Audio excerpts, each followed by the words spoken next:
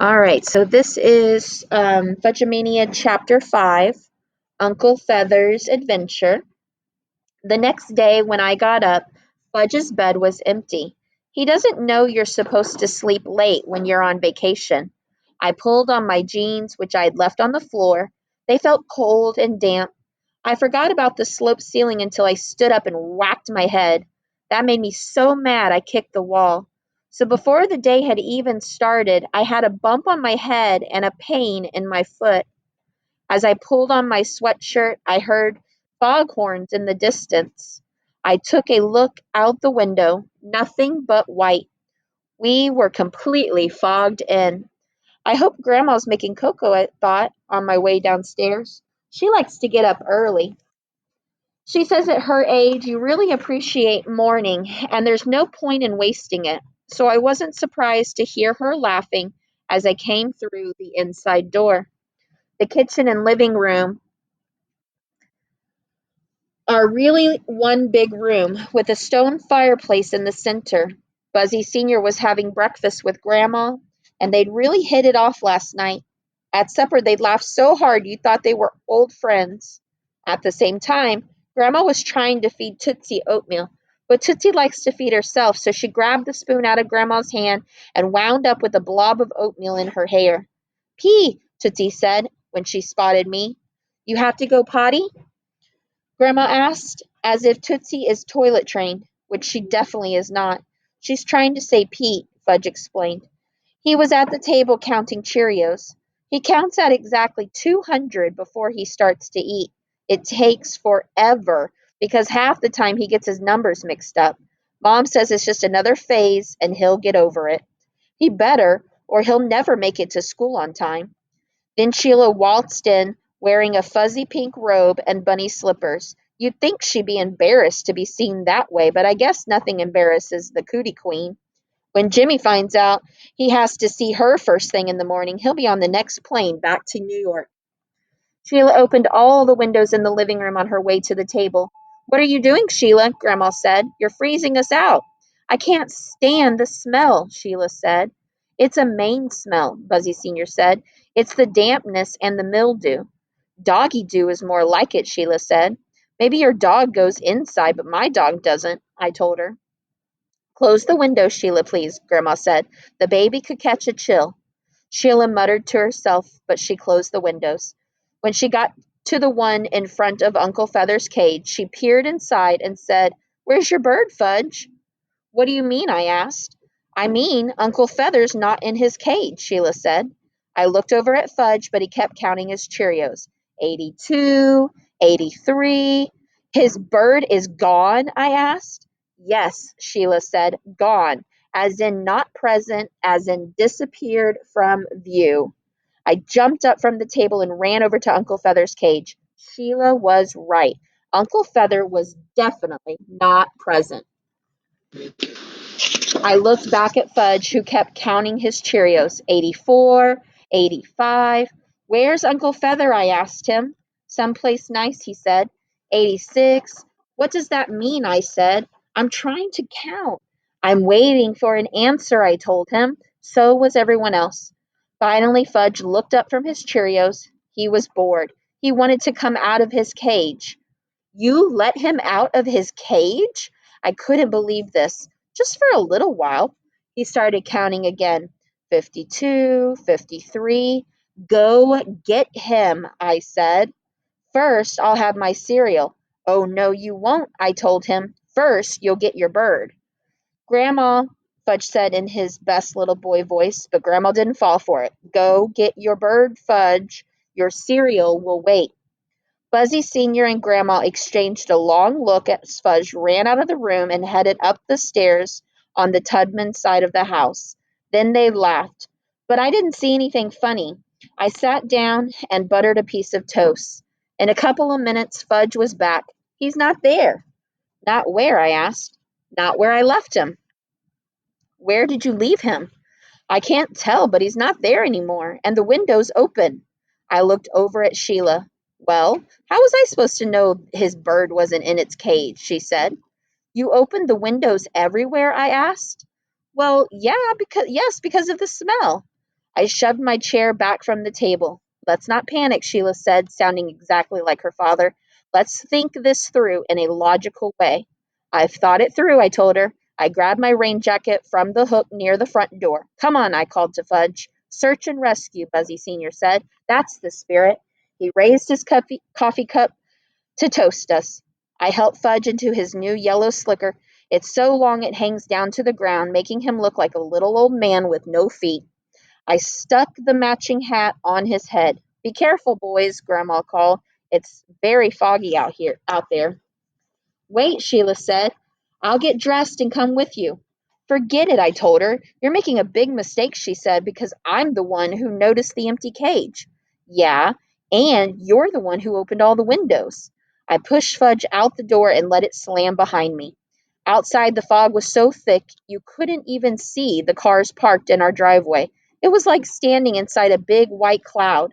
Where do birds go when it's foggy? Fudge asked. If they're smart, they stay home. We walked along a path through the woods, calling to Uncle Feather. Where are you, stupid? We used all his favorite expressions, but he didn't answer. There was no sound except for the foghorn in the distance. Uncle Feather's just playing a game, right? Fudge asked. Let's hope. The path led us down to the water. There were a couple of houses overlooking the harbor, but it was too foggy to see any of the boats. We'll start here, I told Fudge, stopping in front of an old white house with black shutters. We climbed the steps to the front porch. I'll talk, Fudge said. He's my bird. Okay, but don't waste a lot of time. I rang the bell. A woman about Grandma's age came to the door. Have you seen Uncle Feather? Fudge asked, getting right to the point. Uncle who? She said. Uncle Feather, Fudge repeated. Why, no. At least I don't think so. But come in out of that fog and tell me all about him. We followed her to the kitchen. You can call me Miss A, she told us.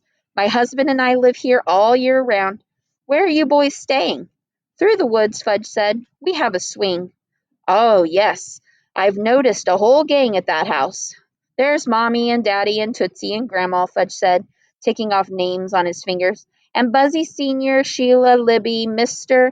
and Mrs. Tudman, and Turtle, Jake, Uncle Feather, and me and my brother Pete. And this is Pete, he said, pointing at me. He's not supposed to talk. Mrs. A looked at me. That sore throat is going around, she said. I had it myself last week. What you need is some hot tea with lemon and honey. Before I had a chance to explain that my throat wasn't sore, Fudge made himself comfortable at the kitchen table. Something smells good, he said. Miss A set out a plate of cinnamon buns. Fresh from the oven, she told him. And I'll bet you could use a nice hot cup of cocoa, too. I could, Fudge said. I didn't have any breakfast. Why, that's terrible, Miss A said. On a morning like this, you need a big hot breakfast. I tugged at the sleeve of Fudge's slicker, reminding him that we didn't have time to waste if we were going to find Uncle Feather. But he ignored me. Miss A poured Fudge a cup of cocoa. Then she poured me a cup of tea. She stirred in a spoonful of honey and squeezed the juice from a lemon wedge. That should fix your sore throat, she said. I didn't tell her that when I'm sick I like Moe's herb tea, or that Fudge's cocoa smelled so good I could feel my mouth watering. There are times when it's better not to say anything. Miss A joined us at the table. She helped herself to a cinnamon bun. I can't resist them, she exclaimed with a guilty look on her face. This is good cocoa, Fudge said, slurping it with a spoon. Thank you, Mrs. A said. Mitzi says my cocoa's the best. Who's Mitzi? Fudge asked. My granddaughter. She's 5. I'm 5 too, Fudge said. Well, you'll have to come by and meet her. She'll be here tomorrow. Okay, Fudge said. I'm getting married soon, but I can still have friends, right? That's right, Miss A said. Everybody needs friends. She didn't ask Fudge about getting married. Instead, she watched, fascinated, as he unwound his cinnamon bun and picked out all the raisins. He piled them up in the corner of his plate. Finally, Miss A said, I certainly hope your Uncle Feather's not out sailing in this weather. I hope not too, Fudge said, because he doesn't know how to sail. Oh, dear. He's not even supposed to go outside. This sounds serious, she said. Have you called the police? Not yet, Fudge said. We called the search and rescue team. Are they coming soon? She asked him. They're already here, he told her. That's a relief, she said. What does your uncle look like, in case I see someone who fits his description? He's mostly black, With yellow feet and a yellow nose, Fudge said, stuffing the last of the cinnamon bun into his mouth. Miss A seemed surprised by Fudge's description. I could tell she was thinking hard. Then her face lit up and she waved her hands around. Oh, I get it. Your uncle's a scuba diver. Does Uncle Feather know how to dive? Fudge asked me. I'm not sure, I said, getting up from the table, but we've really got to go if we're going to find him. When we got to the front door, Miss A took me aside and whispered, Is your uncle all right upstairs? She tapped the side of her head in case I didn't get the point. Hard to say, I whispered back. Then I shoved Fudge out the front door. Thanks for the snack. Come back tomorrow, Miss A called. Okay, Fudge said. As soon as we were away from the house, I grabbed Fudge by the arm. Why didn't you tell her Uncle Feather's a bird? She knows that, Fudge said. How does she know? Everybody knows Uncle Feather's a bird. No, she thinks he's your uncle. My uncle? Fudge said, laughing. That's really stupid. Right. That's why you should have told her. She thinks there's this guy running around in a black wetsuit with yellow flippers and a yellow face mask. This guy who's a little weird upstairs.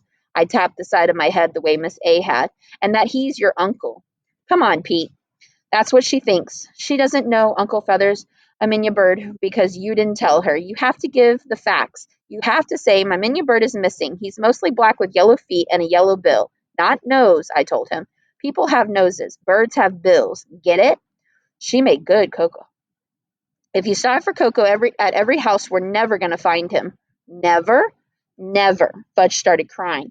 That's not going to help. I dragged him along the rocky beach, hoping we'd hear Uncle Feather calling to us. But there was no sound except for the waves breaking against the rocks. We went to 3 more houses along the water, and Fudge made it clear that his minion bird was missing. But no one had seen Uncle Feather, although they all promised to keep a lookout for him, so we trudged back to our house. Sheila was watching for us at the living room window. She opened the door. Did you find him? She asked. No, I said. Fudge sniffled. Then he covered his face with his hands and lay down on the floor, still wearing his yellow slicker and rain hat. We were quiet for a while. I guess all 3 of us were thinking about Uncle Feather, alone, lost, and frightened. Suddenly we heard a piercing scream. Fudge jumped up and grabbed Sheila. I dashed to the hall closet looking for something to use as a weapon just in case. But before I could even grab an umbrella, we heard another scream. This time Sheila and Fudge crawled under the table. Then Libby tore through the house, yelling, Help! There's a bat after me! She raced around the living room. There was more noise and confusion as Libby bumped into furniture and knocked over a lamp. Not that she stopped for a minute. She kept screeching and running in circles. I heard the sound of flapping wings, and when I looked up, I saw something black flying after Libby. That's when I realized Libby wasn't the only one screeching. Stop, I shouted. But Libby didn't listen. That's no bat, I yelled as I started running after her. That's Uncle Feather. My bird, Fudge called from under the table. Yes, Turkey Brain, your bird. Fudge and Sheila came out of hiding and joined the chase. It didn't take long before everyone else in the house came to see what was happening. Tootsie, who's a good screecher herself, joined right in. Ee ee ee! She screeched as loud as she could, which got Uncle Feather going again. You 4 are going to have to play more quietly, Miss Tubman said. We're not playing, Libby screamed. Ee, ee, ee! Tootsie kept it up. Everybody freeze, Dad shouted. Just freeze, right where you are. Libby froze. I crashed into her. Fudge crashed into me, and Sheila crashed into Fudge. Uncle Feather flew across the room. He perched on top of his cage and looked over at us. Stupid, stupid, stupid, he called. Then he hopped into his cage, and Buzzy Sr. closed the door. We untangled ourselves. Sheila looked at me. All's well that ends well, right, Peter? Yeah, Pete, Fudge said. All's well that ends well. Then he turned 2 somersaults and landed in my lap. All right. Crazy Mr. Uncle Feather. Okay, I'm worried about Fudge because Hold on one second.